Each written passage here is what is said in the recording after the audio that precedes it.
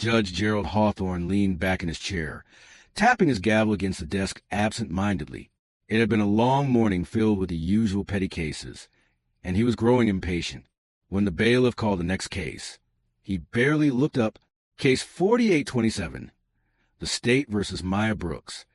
The double doors at the back of the courtroom swung open, and a young girl stepped inside. Maya Brooks was just 16, barely 5 feet tall, but she carried herself with a quiet confidence.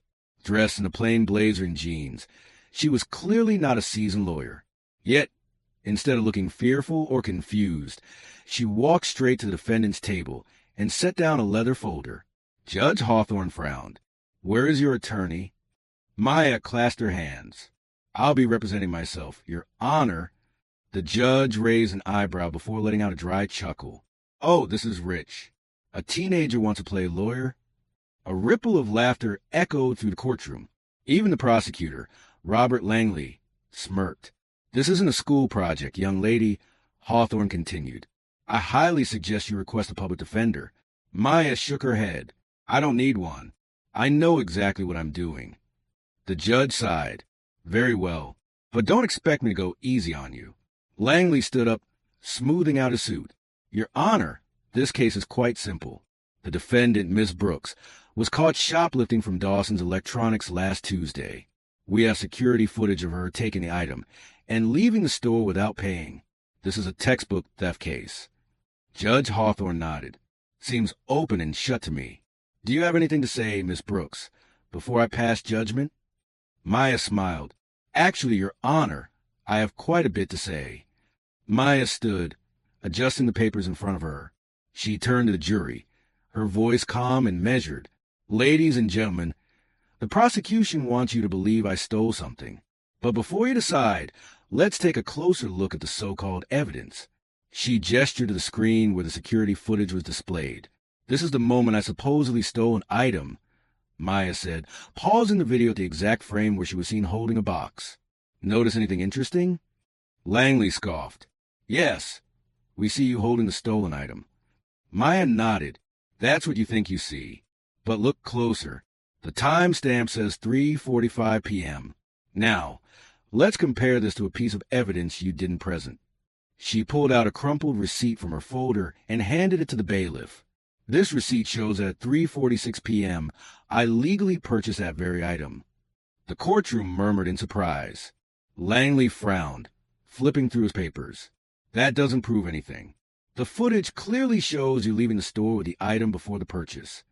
Maya smirked. "You're right.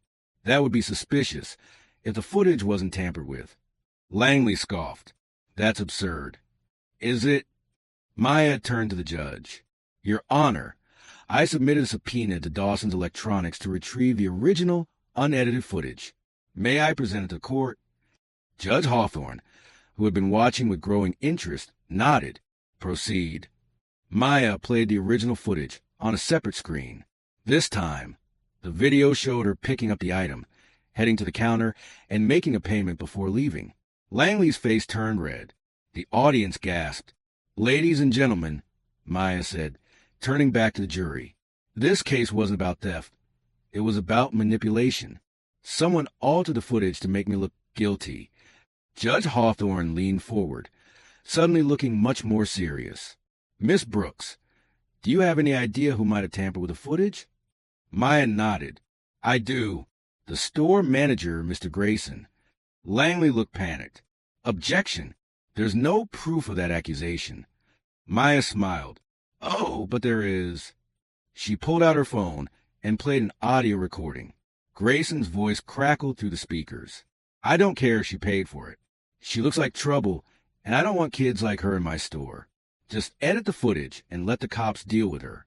The courtroom exploded into murmurs. Judge Hawthorne banged his gavel. "Order." Langley was speechless. He shuffled his papers, but he had no counter-argument. Maya turned to the judge. "Your Honor, I was falsely accused. The store manager deliberately tried to frame me, and because of that, I had to stand here and prove my innocence when I should have never been arrested in the first place." Judge Hawthorne stared at her for a long moment. Gone was the smug amusement. Now there was something else. Respect. He took a deep breath and adjusted his glasses. Miss Brooks, you have completely dismantled the prosecution's case. The evidence is clear. I am ruling in your favor. He turned to Langley.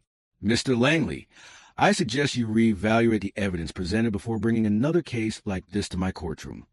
Langley lowered his head in shame. The judge then looked back at Maya. I misjudged you, young lady. I laughed at you when you walked in here, assuming you were just another reckless teen. But today, you prove that intelligence and justice know no age. Maya smiled. Thank you, Your Honor, as she packed up her folder. The judge leaned forward one last time. You ever think about law school? Maya grinned. I don't just think about it, Your Honor. I plan on it. And with that, she walked out of the courtroom, leaving everyone, including the one skeptical judge, in awe of her brilliance.